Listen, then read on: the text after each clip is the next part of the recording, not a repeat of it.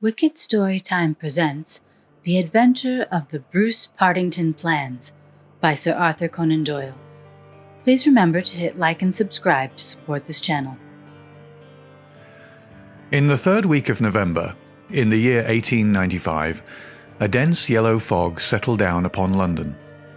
From the Monday to the Thursday, I doubt whether it was ever possible from our windows in Baker Street to see the loom of the opposite houses.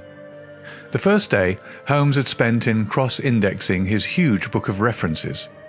The second and third had been patiently occupied upon a subject which he had recently made his hobby, the music of the Middle Ages.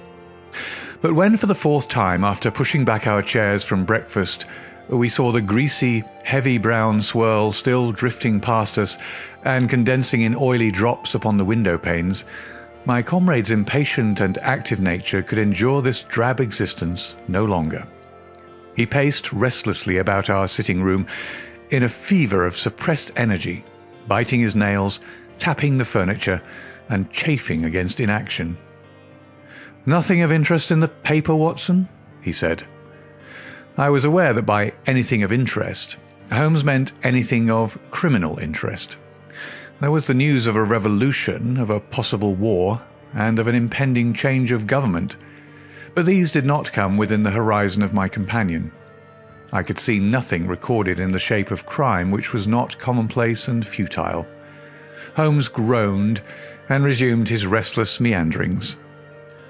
"The London criminal is certainly a dull fellow," said he in the querulous voice of the sportsman whose game has failed him. "Look out this window, Watson. See how the figures loom up, are dimly seen, and then blend once more into the cloud bank. The thief or the murderer could roam London on such a day as the tiger does the jungle, unseen until he pounces, and then evident only to his victim." "There have," said I, "been numerous petty thefts." Holmes snorted his contempt. "This great and sombre stage is set for something more worthy than that," said he. "It is fortunate for this community that I am not a criminal." "It is indeed," said I heartily. "Suppose that I were Brooks or Woodhouse, or any of the 50 men who have good reason for taking my life, how long could I survive against my own pursuit?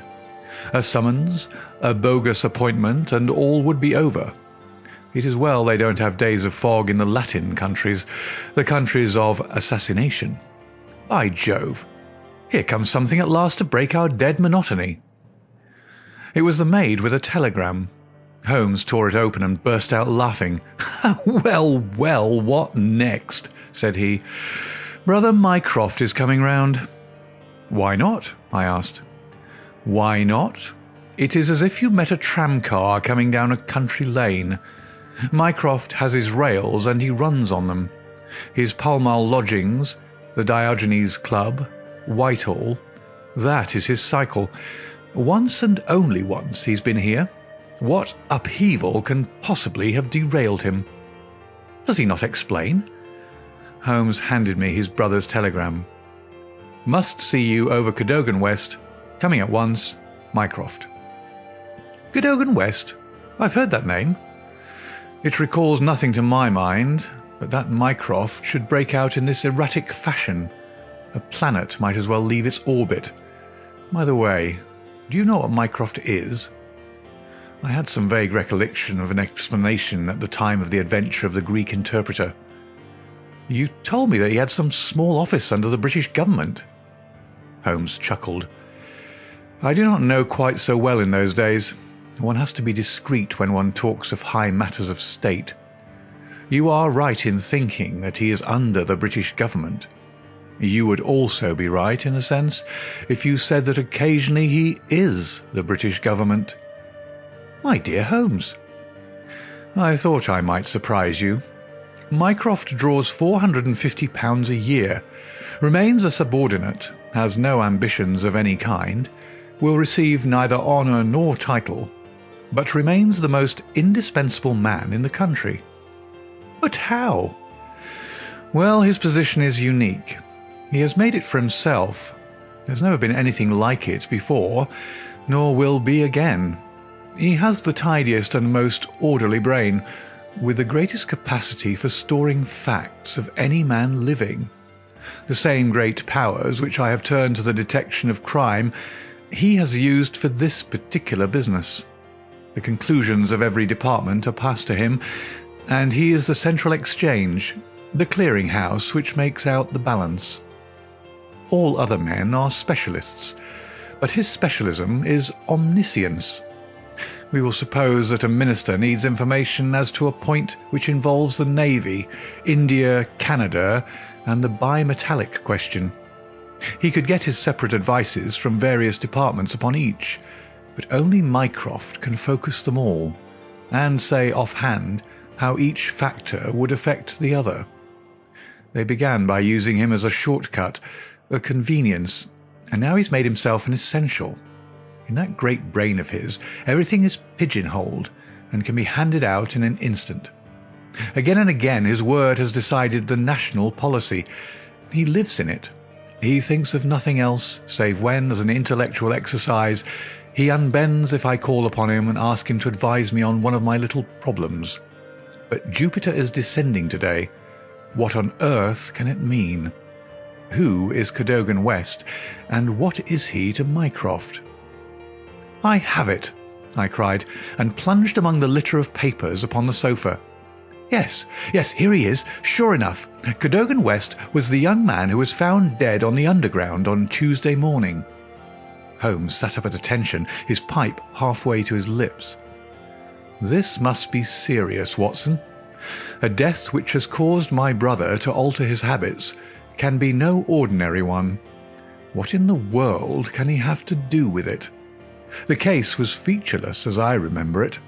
The young man had apparently fallen out of the train and killed himself. He had not been robbed, and there was no particular reason to suspect violence.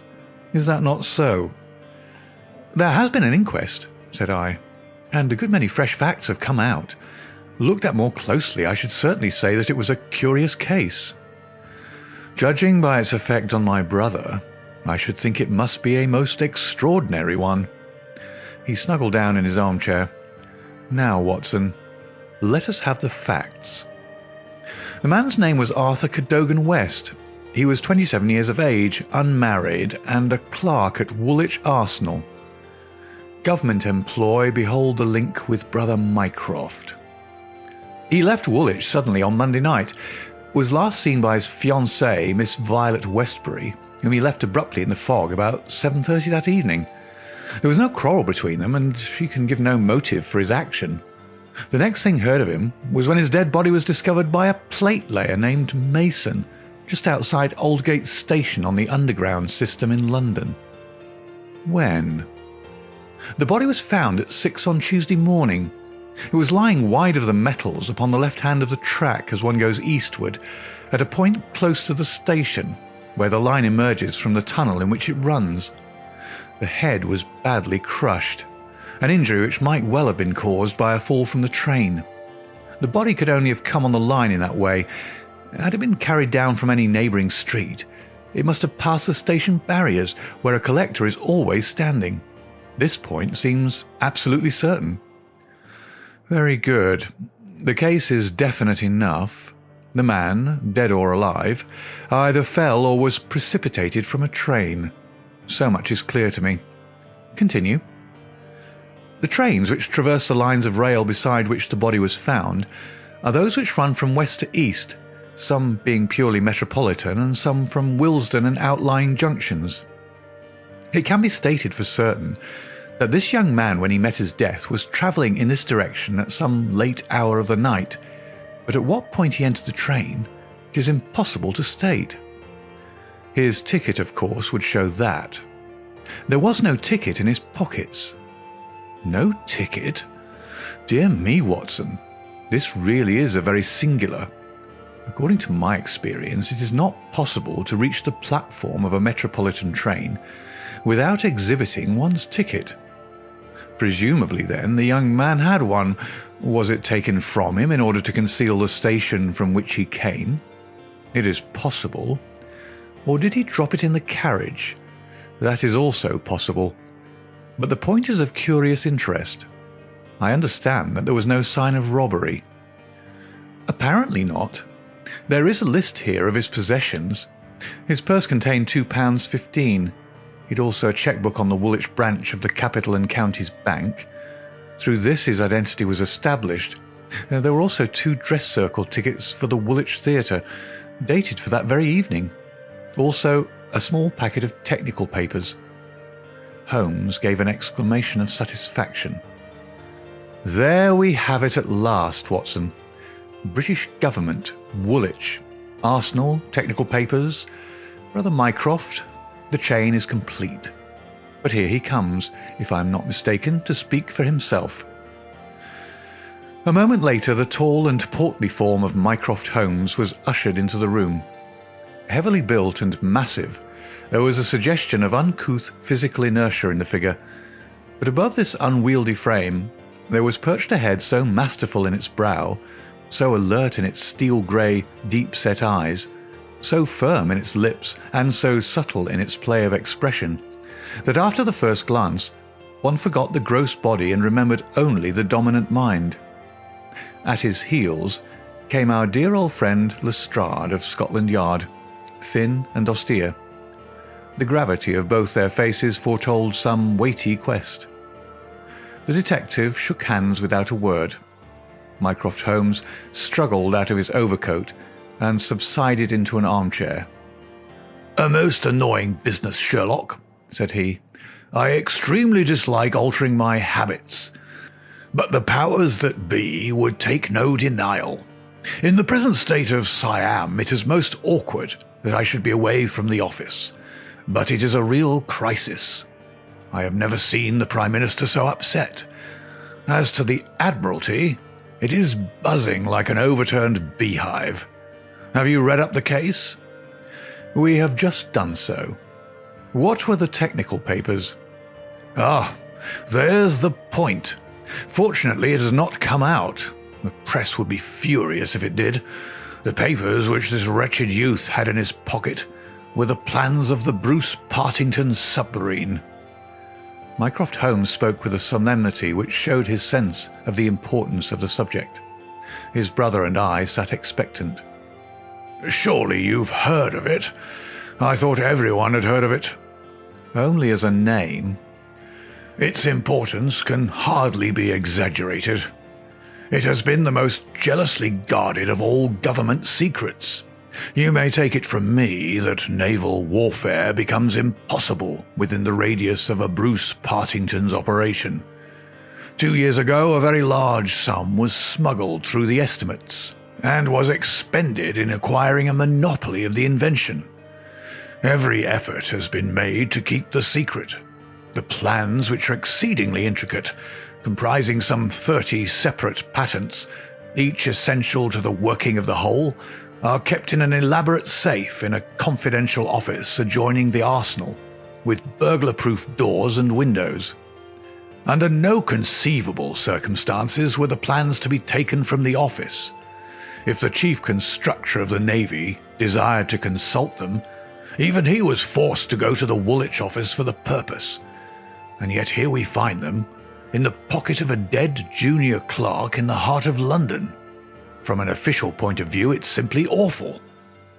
"But you have recovered them?" "No, Sherlock. No, that's the pinch. We have not. 10 papers were taken from Woolwich. There were 7 in the pocket of Cadogan West. The 3 most essential are gone. Stolen, vanished. You must drop everything, Sherlock. Never mind your usual petty puzzles of the police court. It's a vital international problem that you have to solve. Why did Cadogan West take the papers? Where are the missing ones? How did he die? How came his body where it was found? How can the evil be set right? Find an answer to all these questions and you will have done good service for your country." "Why do you not solve it yourself, Mycroft? You can see as far as I." "Possibly, Sherlock. But it is a question of getting details. Give me your details, and from an armchair I'll return you an excellent expert opinion. But to run here and run there, to cross-question railway guards and lie on my face with a lens to my eye, it is not my métier. No, You are the one man who can clear the matter up, if you have a fancy to see your name in the next honours list." My friend smiled and shook his head. "I play the game for the game's own sake," said he, "but the problem certainly presents some points of interest, and I shall be very pleased to look into it. Some more facts, please." "I have jotted down the more essential ones upon this sheet of paper, together with a few addresses which you'll find of service. The actual official guardian of the papers is the famous government expert, Sir James Walter, whose decorations and subtitles fill 2 lines of a book of reference. He's grown grey in the service, is a gentleman, a favoured guest in the most exalted houses, and above all a man whose patriotism is beyond suspicion. He is one of 2 who have a key of the safe. I may add that the papers were undoubtedly in the office during working hours on Monday, and that Sir James left for London about 3 o'clock, taking his key with him. He was at the house of Admiral Sinclair at Berkeley Square during the whole of the evening when this incident occurred." "Has the fact been verified?" "Yes. His brother, Colonel Valentine Walter, has testified to his departure from Woolwich, and Admiral Sinclair to his arrival in London. So Sir James is no longer a direct factor in the problem." "Who was the other man with the key?" "The senior clerk and draftsman, Mr. Sidney Johnson. He's a man of 40, married with 5 children. He is a silent, morose man, but he has on the whole an excellent record in the public service. He is unpopular with his colleagues, but a hard worker. According to his own account, corroborated only by the word of his wife, he was at home the whole of Monday evening after office hours, and his key has never left the watch chain upon which it hangs." "Tell us about Cadogan West." "He has been 10 years in the service, and has done good work. He has the reputation of being hot-headed and imperious, but a straight, honest man. We have nothing against him. He was next Sidney Johnson in the office. His duties brought him into daily personal contact with the plans. No one else had the handling of them." "Who locked up the plans that night?" "Mr. Sidney Johnson, the senior clerk." "Well, it is surely perfectly clear who took them away. They are actually found upon the person of this junior clerk, Cadogan West. That seems final, does it not?" "It does, Sherlock, and yet it leaves so much unexplained. In the first place, why did he take them?" "I presume they were of value." "He could have got several thousands for them very easily." "Can you suggest any possible motive for taking the papers to London except to sell them?" "No, I cannot." "Then we must take that as our working hypothesis. Young West took the papers. Now this could only be done by having a false key." "Several false keys. He had to open the building and the room." "He had, then, several false keys. He took the papers to London to sell the secret, intending no doubt to have the plans themselves back in the safe next morning before they were missed. While in London, on this treasonable mission, he met his end." "How?" "We will suppose that he was travelling back to Woolwich when he was killed and thrown out of the compartment." "Aldgate, where the body was found, is considerably past the Station London Bridge, which would be his route to Woolwich." "Many circumstances could be imagined under which he would pass London Bridge. There was someone in the carriage, for example, with whom he was having an absorbing interview. This interview led to a violent scene in which he lost his life. Possibly he tried to leave the carriage, fell out on the line, and so met his end. The other closed the door. There was a thick fog, and nothing could be seen." "No better explanation can be given with our present knowledge. And yet consider, Sherlock, how much you leave untouched. We will suppose, for argument's sake, that young Cadogan West had determined to convey these papers to London. He would naturally have made an appointment with the foreign agent and kept his evening clear. Instead of that, he took 2 tickets for the theatre, escorted his fiancée halfway there, and then suddenly disappeared." "A blind?" said Lestrade, who had sat listening with some impatience to the conversation. "A very singular one. That is objection number 1. Objection number 2. We will suppose that he reaches London and sees the foreign agent. He must bring back the papers before morning, or the loss will be discovered. He took away 10. Only 7 were in his pocket. What had become of the other 3? He certainly would not leave them of his own free will. Then again, where is the price of his treason? One would have expected to find a large sum of money in his pocket." "It seems me perfectly clear," said Lestrade. "I have no doubt at all as to what occurred. He took the papers to sell them. He saw the agent. They could not agree as to price. He started home again, but the agent went with him. In the train, the agent murdered him, took the more essential papers and threw his body from the carriage. That would account for everything, would it not?" "Why had he no ticket?" "The ticket would have shown which station was nearest the agent's house. Therefore he took it from the murdered man's pocket." "Good, Lestrade, very good," said Holmes. "Your theory holds together. But if this is true, then the case is at an end. On the one hand, the traitor is dead. On the other, the plans of the Bruce Partington submarine are presumably already on the continent. What is there for us to do?" "To act, Sherlock, to act!" cried Mycroft, springing to his feet. "All my instincts are against this explanation. Use your powers. Go to the scene of the crime. See the people concerned. Leave no stone unturned. In all your career you have never had so great a chance of serving your country." "Well, well," said Holmes, shrugging his shoulders. "Come, Watson, and you, Lestrade, could you favour us with your company for an hour or two?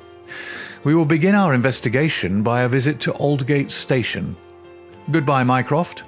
I shall let you have a report before evening, but I warn you in advance that you have little to expect." An hour later, Holmes, Lestrade and I stood upon the Underground Railroad at the point where it emerges from the tunnel immediately before Aldgate Station. A courteous, red-faced old gentleman represented the railway company. "This is where the young man's body lay," said he, indicating a spot about 3 feet from the metals. "It could not have fallen from above, for these, as you see, are all blank walls. Therefore it could only have come from a train, and that train, so far as we can trace it, must have passed about midnight on Monday." "Have the carriages been examined for any sign of violence?" "There are no such signs, and no ticket has been found." "No record of a door being found open?" "None."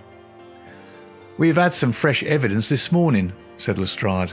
"A passenger who passed Aldgate in an ordinary Metropolitan train about 11:40 on Monday night declares that he heard an heavy thud as of a body striking the line just before the train reached the station. There was dense fog, however, and nothing could be seen. He made no report of it at the time. Why, whatever is the matter with Mr. Holmes?" My friend was standing with an expression of strained intensity upon his face, staring at the railway metals where they curved out of the tunnel. Aldgate is a junction, and there was a network of points. On these his eager, questioning eyes were fixed, and I saw on his keen, alert face that tightening of the lips, that quiver of the nostrils, and concentration of the heavy, tufted brows, which I knew so well. "Points," he muttered. "The points." "What of it? What do you mean?" "I suppose there are no great number of points on a system such as this." "No, they are very few." "And a curve, too. Points and a curve. By Jove, if it were only so." "What is it, Mr. Holmes? Have you a clue?" "An idea, an indication, no more. But the case certainly grows in interest. Unique, perfectly unique, and yet why not? I do not see any indications of bleeding on the line." "There were hardly any." "But I understand there was a considerable wound." "The bone was crushed, but there was no great external injury." "And yet one would have expected some bleeding. Would it be possible for me to inspect the train which contained the passenger who heard the thud of a fall in the fog?" "I fear not, Mr. Holmes. The train has been broken up before now, and the carriages redistributed." "I can assure you, Mr. Holmes," said Lestrade, "that every carriage has been carefully examined. I saw to it myself." It was one of my friend's most obvious weaknesses that he was impatient with less alert intelligences than his own. "Very likely," said he, turning away. "As it happens, it was not the carriages which I desired to examine. Watson, we have done all we can here. We need not trouble you any further, Mr. Lestrade. I think our investigations must now carry us to Woolwich."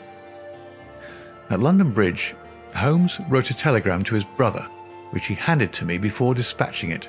It ran thus: "See some light in the darkness, but it may possibly flicker out. Meanwhile, please send by messenger to await return at Baker Street a complete list of all foreign spies or international agents known to be in England with full address. Sherlock." "That should be helpful, Watson," he remarked as we took our seats in the Woolwich train. "We certainly owe Brother Mycroft a debt for having introduced us to what promises to be a really very remarkable case." His eager face still wore that expression of intense and high-strung energy which showed me that some novel and suggestive circumstance had opened up a stimulating line of thought.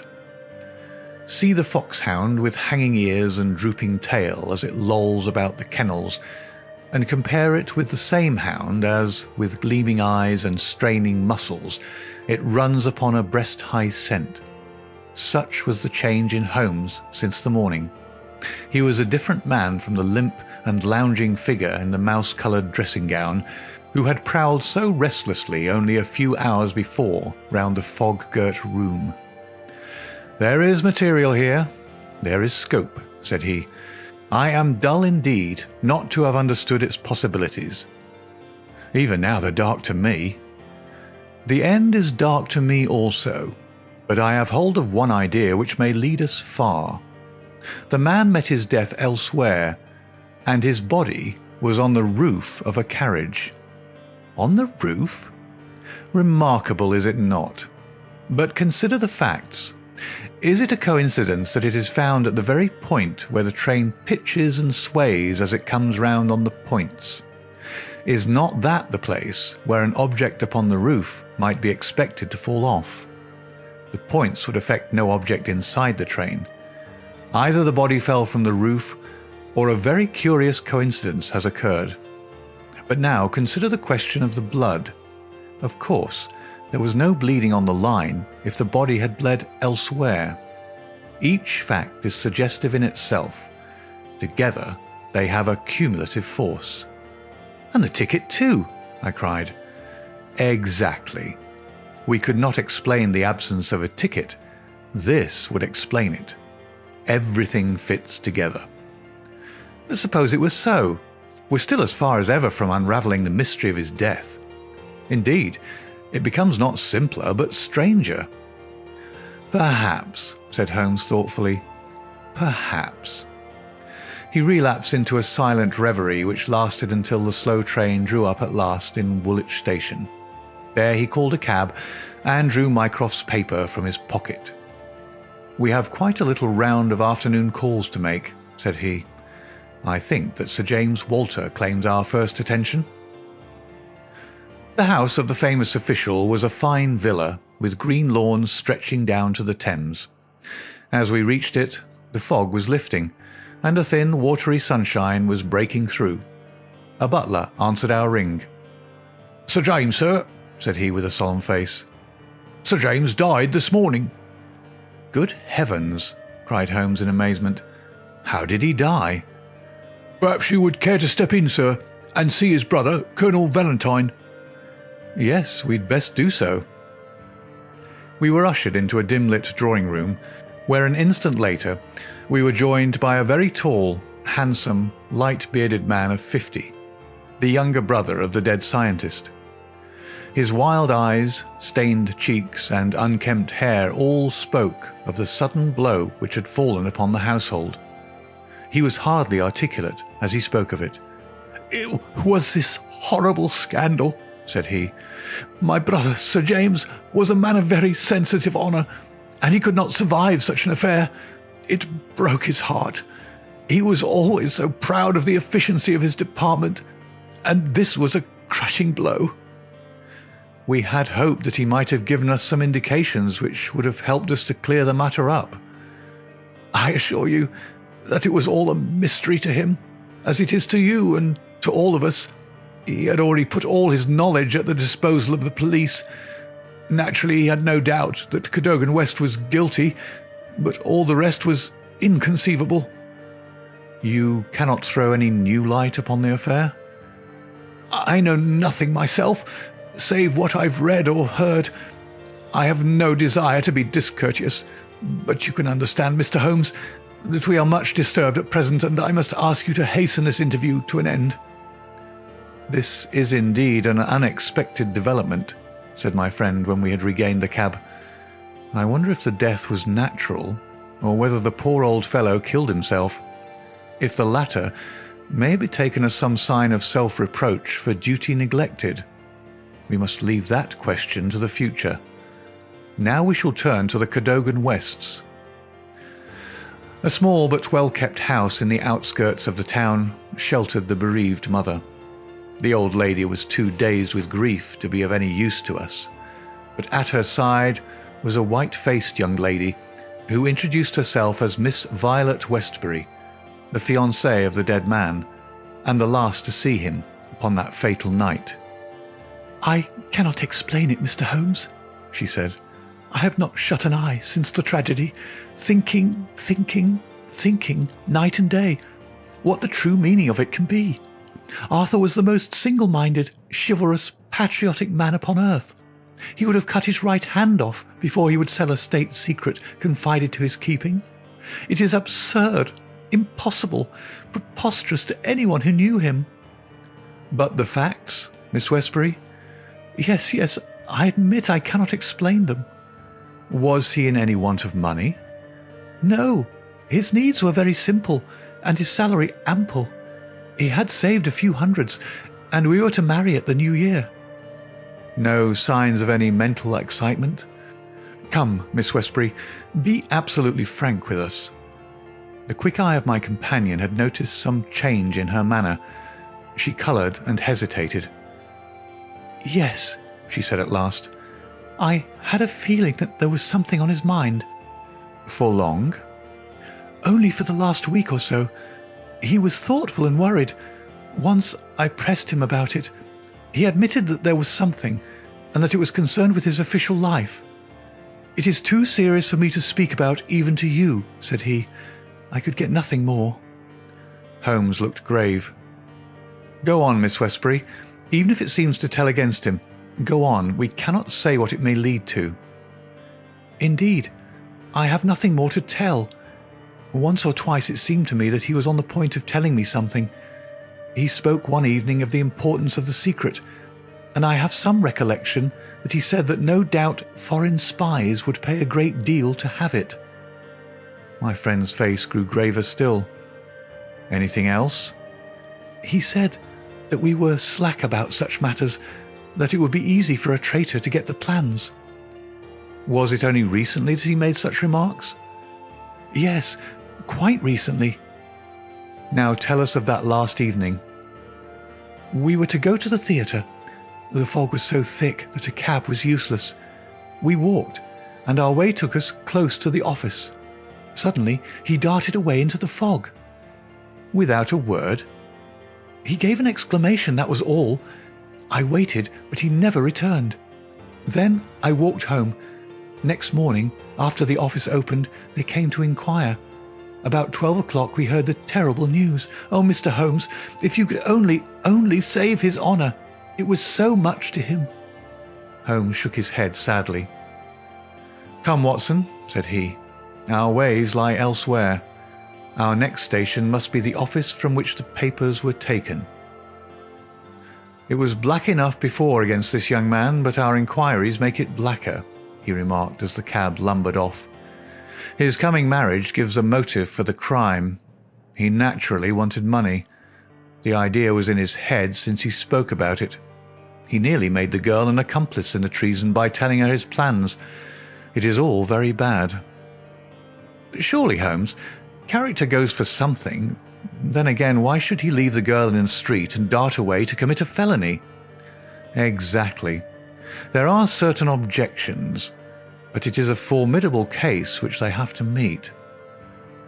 Mr. Sidney Johnson, the senior clerk, met us at the office and received us with that respect which my companion's card always commanded. He was a thin, gruff, bespectacled man of middle age, his cheeks haggard and his hands twitching from the nervous strain to which he had been subjected. "It is bad, Mr. Holmes, very bad. Have you heard of the death of the chief?" "We have just come from his house." "The place is disorganized. The chief dead, Cadogan West dead, our papers stolen, and yet, when we closed our door on Monday evening, we were as efficient an office as any in the government service. Good God, it's dreadful to think of that West of all men should have done such a thing." "You are sure of his guilt, then?" "I can see no other way out of it, and yet I would have trusted him as I trust myself." "At what hour was the office closed on Monday?" "At 5. "Did you close it?" "I am always the last man out." "Where were the plans?" "In that safe. I put them there myself." "Is there no watchman to the building?" "There is, but he has other departments to look after as well. He is an old soldier and a most trustworthy man. He saw nothing that evening.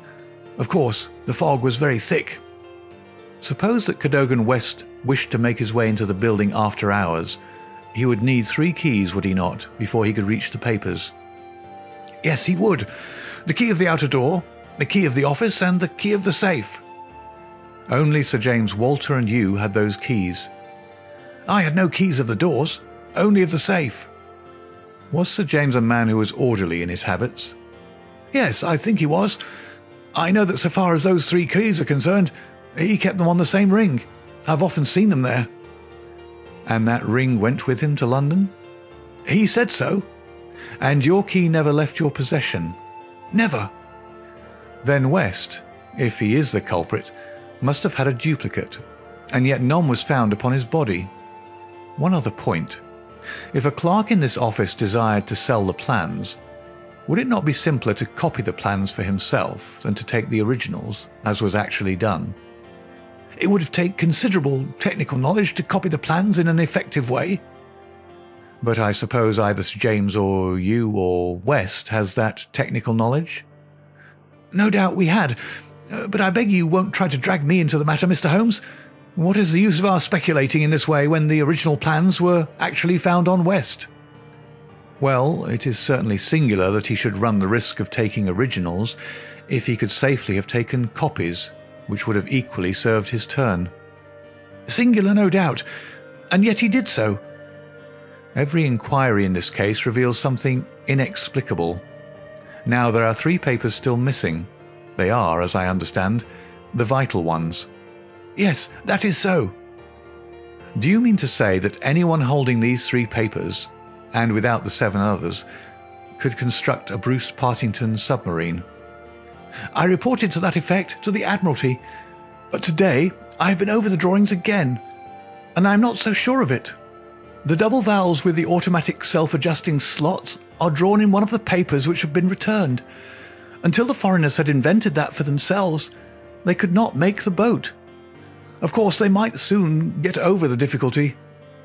"But the 3 missing drawings are the most important." "Undoubtedly." "I think, with your permission, I will now take a stroll round the premises. I do not recall any other question which I desired to ask."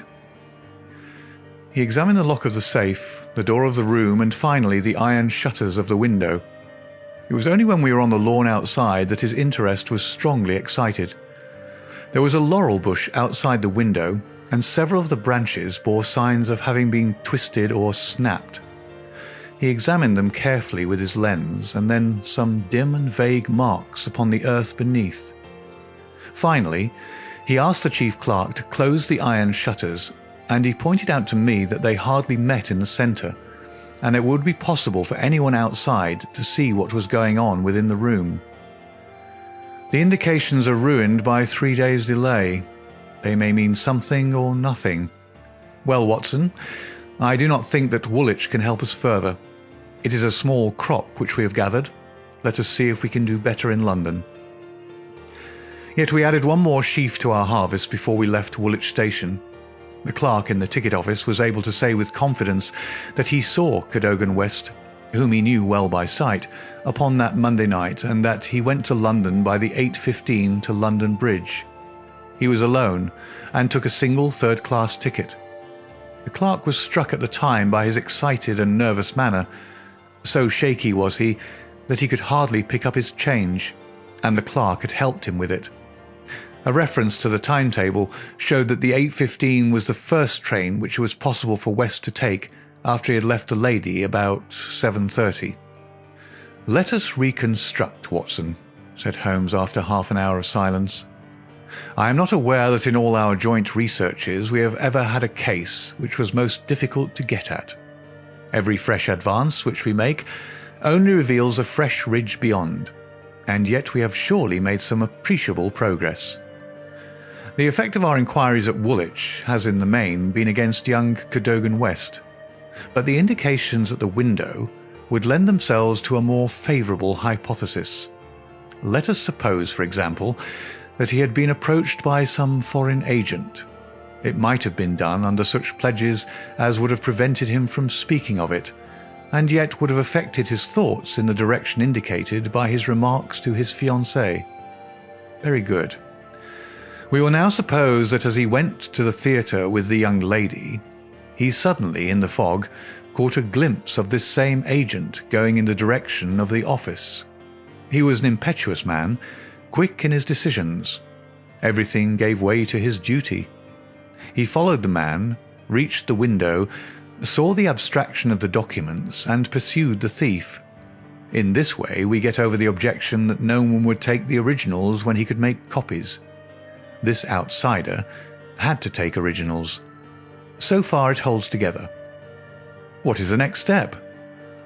Then we come into difficulties. One would imagine that under such circumstances, the first act of young Cadogan West would be to seize the villain and raise the alarm. Why did he not do so? Could it have been an official superior who took the papers? That would explain West's conduct. Or could the chief have given West the slip in the fog, and West started at once to London to head him off from his own rooms, presuming that he knew where the rooms were? The call must have been very pressing, since he left his girl standing in the fog and made no effort to communicate with her. Our scent runs cold here, and there is a vast gap between either hypothesis and the laying of West's body with 7 papers in his pocket on the roof of a metropolitan train. My instinct now is to work from the other end. If Mycroft has given us the list of addresses, we may be able to pick up our man and follow 2 tracks instead of 1. Surely enough, a note awaited us at Baker Street. A government messenger had brought it post-haste. Holmes glanced at it and threw it over to me. There are numerous small fry, but few who would handle so big an affair. The only men worth considering are Adolphe Meyer of 13 Great George Street, Westminster, Louis Larothière of Camden Mansions, Notting Hill, and Hugo Oberstein, 13 Caulfield Gardens, Kensington. The latter was known to be in town on Monday and is now reported as having left. Glad to hear you have seen some light. The Cabinet awaits your final report with the utmost anxiety. Urgent representations have arrived from the very highest quarter. The whole force of the state is at your back if you should need it. Mycroft. "I'm afraid," said Holmes, smiling, "that all the Queen's horses and all the Queen's men cannot avail in this matter." He had spread out his big map of London and leaned eagerly over it. "Well, well," said he presently with an exclamation of satisfaction. "Things are turning a little in our direction at last. Why, Watson, I do honestly believe that we are going to pull it off after all." He slapped me on the shoulder with a sudden burst of hilarity. "I'm going out now.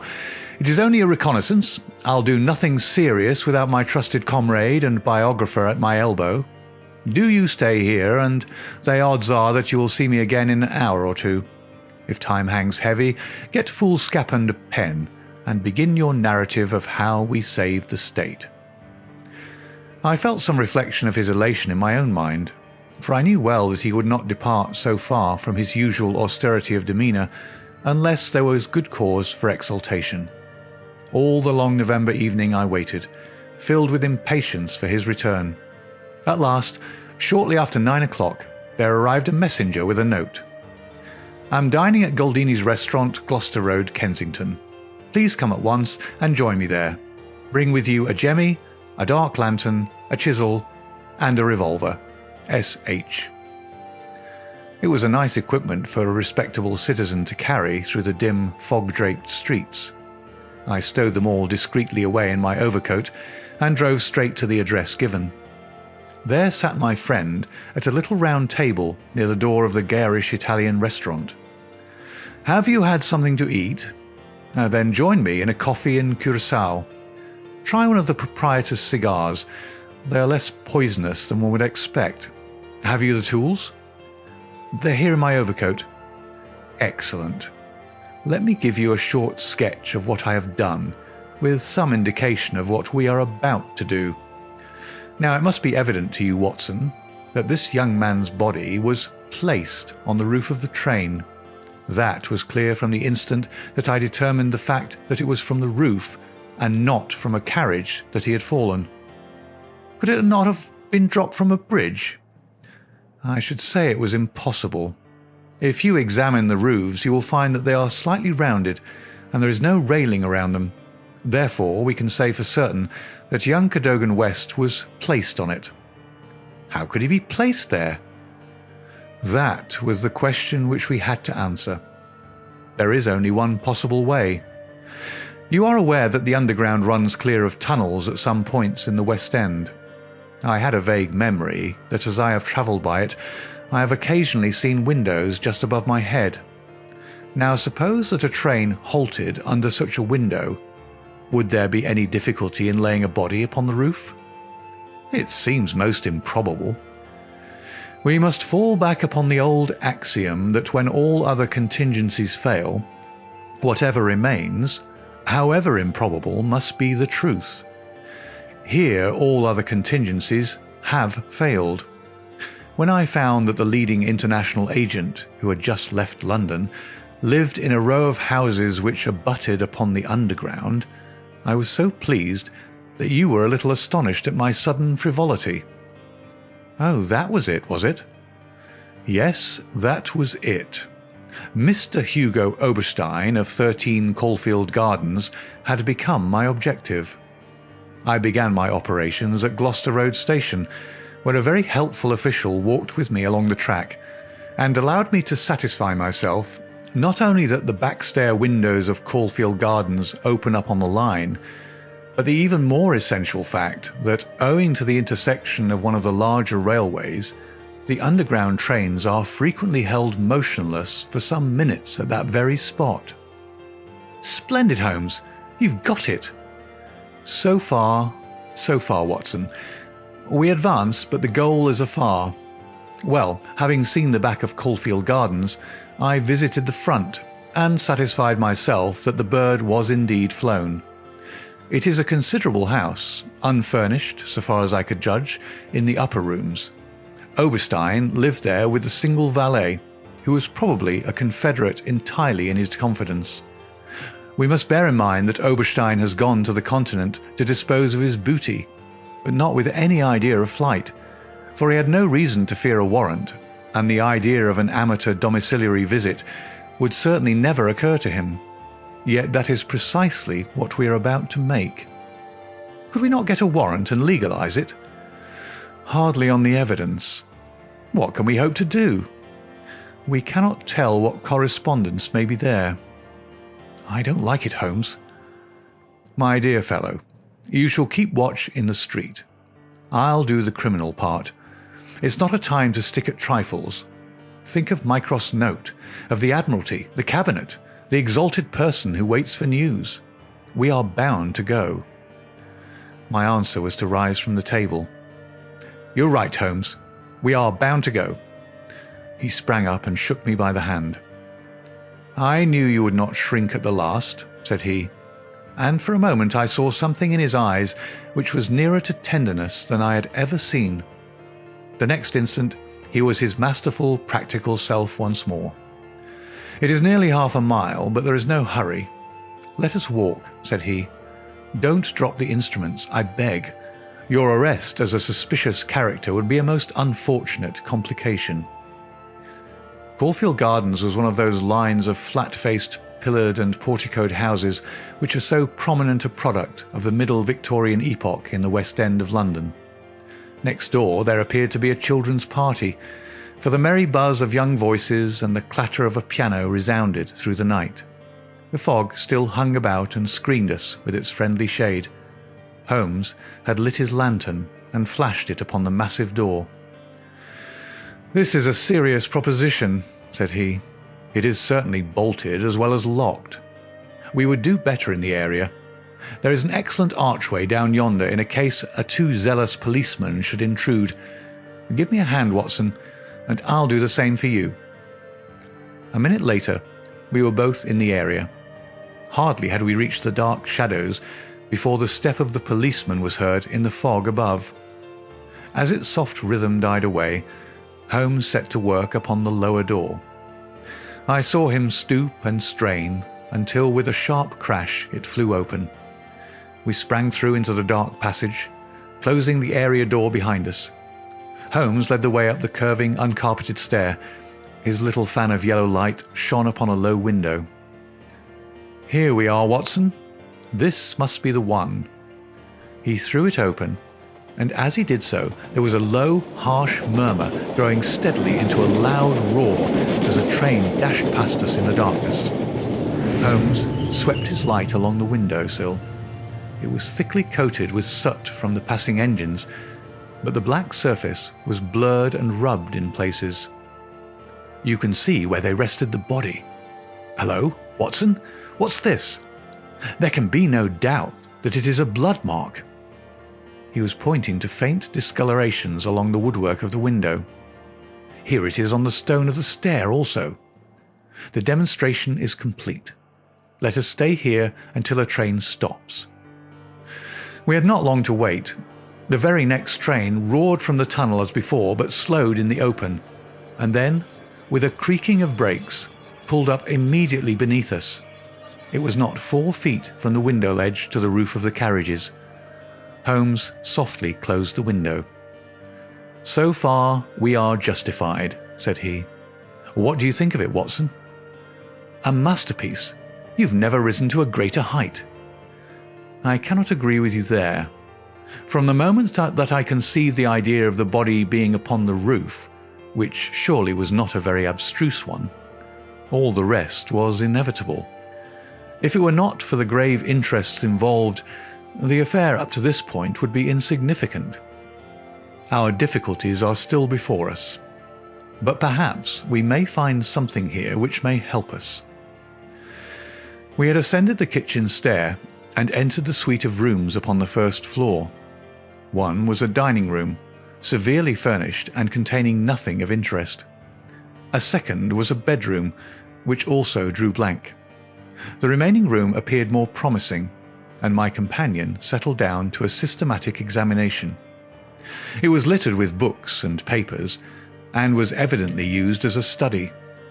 Swiftly and methodically, Holmes turned over the contents of drawer after drawer and cupboard after cupboard, but no gleam of success came to brighten his austere face. At the end of an hour, he was no further than when he started. "The cunning dog has covered his tracks," said he. "He's left nothing to incriminate him. His dangerous correspondence has been destroyed or removed. This is our last chance." It was a small tin cash box which stood upon the writing desk. Holmes pried it open with his chisel. Several rolls of paper were within, covered with figures and calculations without any note to show to what they referred.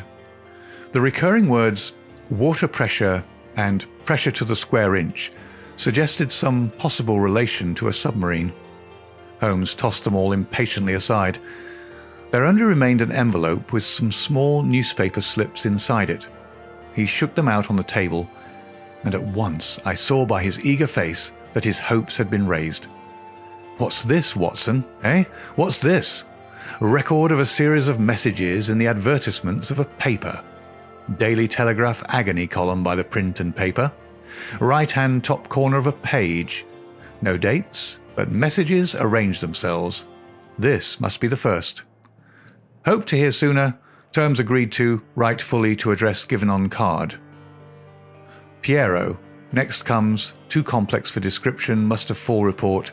Stuff awaits you when goods delivered. Piero. Then comes, matter presses, must withdraw offer unless contract completed.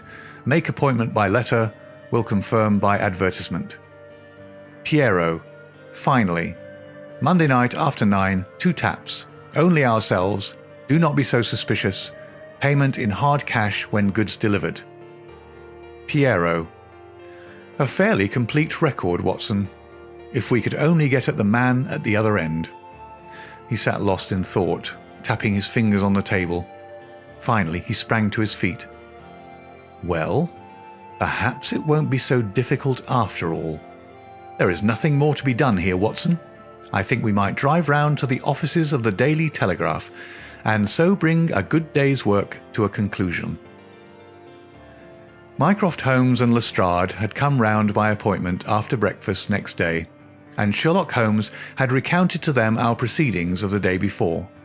The professional shook his head over our confessed burglary. "We can't do these things in a force, Mr. Holmes," said he. "No wonder you get results that are beyond us. But some of these days you'll go too far and you'll find yourself and your friend in trouble. For England, home and beauty, eh, Watson?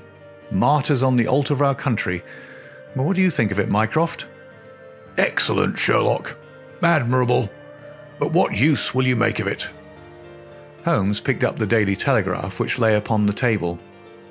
"Have you seen Piero's advertisement today?" "What, another one?" "Yes, here it is. Tonight, same hour, same place, 2 taps, most vitally important, your own safety at stake. Piero." "By George," cried Lestrade, "if he answers that, we got him." "That was my idea when I put it in. I think if you could both make it convenient to come with us about 8 o'clock to Caulfield Gardens, we might possibly get a little nearer to our solution." One of the most remarkable characteristics of Sherlock Holmes was his power of throwing his brain out of action and switching all his thoughts onto lighter things whenever he had convinced himself that he could no longer work to advantage. I remember that during the whole of that memorable day he lost himself in a monograph which he had undertaken upon the polyphonic motets of Lassus. For my own part, I had none of this power of detachment, and the day in consequence appeared to be interminable. The great national importance of the issue, the suspense in high quarters, the direct nature of the experiment which we were trying, all combined to work upon my nerve. It was a relief to me when at last, after a light dinner, we set out upon our expedition. Lestrade and Mycroft met us by appointment at the outside of Gloucester Road Station. The area door of Oberstein's house had been left open the night before, and it was necessary for me, as Mycroft Holmes absolutely and indignantly declined to climb the railings, to pass in and open the hall door. By 9 o'clock we were all seated in the study, waiting patiently for our man. An hour passed, and yet another. When 11 struck, the measured beat of the great church clock seemed to sound the dirge of our hopes. Lestrade and Mycroft were fidgeting in their seats and looking twice a minute at their watches. Holmes sat silent and composed, his eyelids half shut, but every sense on the alert. He raised his head with a sudden jerk. "He is coming," said he. There had been a furtive step past the door. Now it returned. We heard a shuffling sound outside, and then 2 sharp taps with the knocker. Holmes rose, motioning us to remain seated. The gas in the hall was a mere point of light. He opened the outer door, and then, as a dark figure slipped past him, he closed and fastened it. "This way," we heard him say, and a moment later our man stood before us. Holmes had followed him closely, and as the man turned with a cry of surprise and alarm, he caught him by the collar and threw him back into the room. Before our prisoner had recovered his balance, the door was shut, and Holmes was standing with his back against it. The man glared around him, staggered, and fell senseless upon the floor. With the shock, his broad-brimmed hat flew from his head, his cravat slipped down his lips, and there were the long, light beard and the soft, handsome, delicate features of Colonel Valentine Walter. Holmes gave a whistle of surprise. "You can write me down an ass this time, Watson," said he. "This was not the bird that I was looking for." "Who is he?" asked Mycroft eagerly. "The younger brother of the late Sir James Walter, the head of the submarine department. Yes, yes, I see the fall of the cards. He is coming too. I think that you had best leave his examination to me." We had carried the prostrate body to the sofa. Now our prisoner sat up, looked round him with a horror-stricken face, and passed his hand over his forehead like one who cannot believe his own senses. "What is this?" he asked. "I came here to visit Mr. Oberstein." "Everything is known, Colonel Walter," said Holmes. "How an English gentleman could behave in such a manner is beyond my comprehension. But your whole correspondence and relations with Oberstein are within our knowledge. So also are the circumstances connected with the death of young Cadogan West.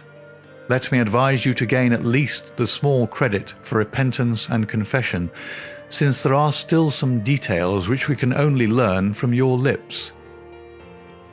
The man groaned and sank his face in his hands. We waited, but he was silent.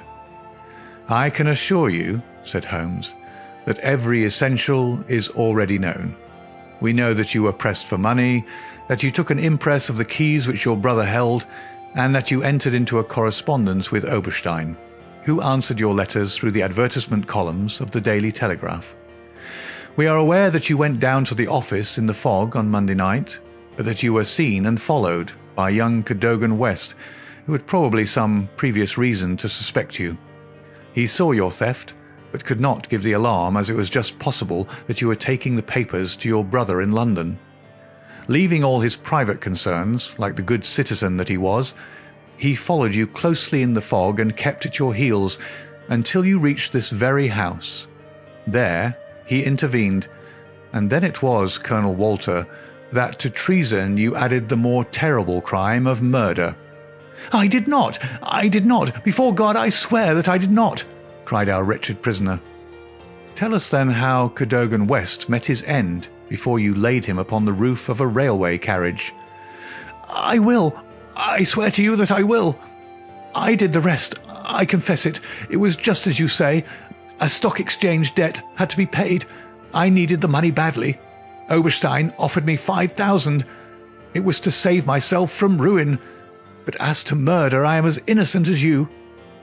"What happened then?" "He had his suspicions before, and he followed me as you describe. I never knew it until I was at the very door. It was thick fog, and one could not see 3 yards. I had given 2 taps, and Oberstein had come to the door. The young man rushed up and demanded to know what we were about to do with the papers. Oberstein had a short life-preserver. He always carried it with him. As West forced his way after us into the house, Oberstein struck him on the head. The blow was a fatal one. He was dead within 5 minutes. There he lay in the hall, and we were at our wits' end what to do. Then Oberstein had this idea about the trains which halted under his back window. But first he examined the papers which I had brought. He said that 3 of them were essential, and that he must keep them. 'You cannot keep them,' said I. 'There will be a dreadful row at Woolwich if they're not returned.' 'I must keep them,' said he, 'for they're so technical that it is impossible in the time to make copies.' 'Then they must all go back together tonight,' said I.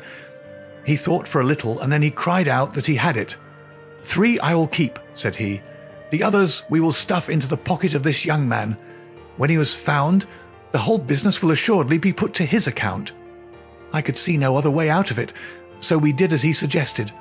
We waited half an hour at the window before a train stopped. It was so thick that nothing could be seen, and we had no difficulty in lowering West's body onto the train. That was the end of the matter, so far as I was concerned. And your brother? He said nothing, but he had caught me once with his keys, and I think that he suspected. I read in his eyes that he suspected. As you know, he never held up his head again." There was silence in the room. It was broken by Mycroft Holmes. "Can you not make reparation? It would ease your conscience and possibly your punishment." "What reparation can I make?" "Where is Oberstein with the papers?" "I do not know." "Did he give you no address?" "He said that letters to the Hôtel du Louvre, Paris, would eventually reach him." "Then reparation is still within your power," said Sherlock Holmes. "I will do anything I can. I owe this fellow no particular goodwill. He's been my ruin and my downfall." "Here are paper and pen. Sit at this desk and write to my dictation. Direct the envelope to the address given. That is right. Now the letter. Dear Sir, with regard to our transaction, you will no doubt have observed by now that one essential detail is missing. I have a tracing which will make it complete. This has involved me in extra trouble, however, and I must ask you for a further advance of £500. I will not trust it to the post, nor will I take anything but gold or notes. I would come to you abroad, but it would excite remark if I left the country at present. Therefore, I shall expect to meet you in the smoking room of the Charing Cross Hotel at noon on Saturday. Remember that only English notes or gold will be taken." "That will do very well. I shall be very much surprised if it does not fetch our man." And it did. It is a matter of history, that secret history of a nation which is often so much more intimate and interesting than its public chronicles, that Oberstein, eager to complete the coup of his lifetime, came to the lure and was safely engulfed for 15 years in a British prison. In his trunk we found the invaluable Bruce Partington plans, which he had put up for auction in all naval centres of Europe. Colonel Walter died in prison towards the end of the second year of his sentence. As to Holmes, he returned refreshed to his monograph upon the polyphonic motets of Lassus, which has since been printed for private circulation, and is said by experts to be the last word upon the subject. Some weeks afterwards, I learned incidentally that my friend spent a day at Windsor, whence he returned with a remarkably fine emerald tie-pin. When I asked him if he had bought it, he answered that it was a present from a certain gracious lady in whose interests he had once been fortunate enough to carry out a small commission. He said no more, but I fancy that I could guess at that lady's august name, and I have little doubt that the emerald pin will forever recall to my friend's memory the adventure of the Bruce Partington plans.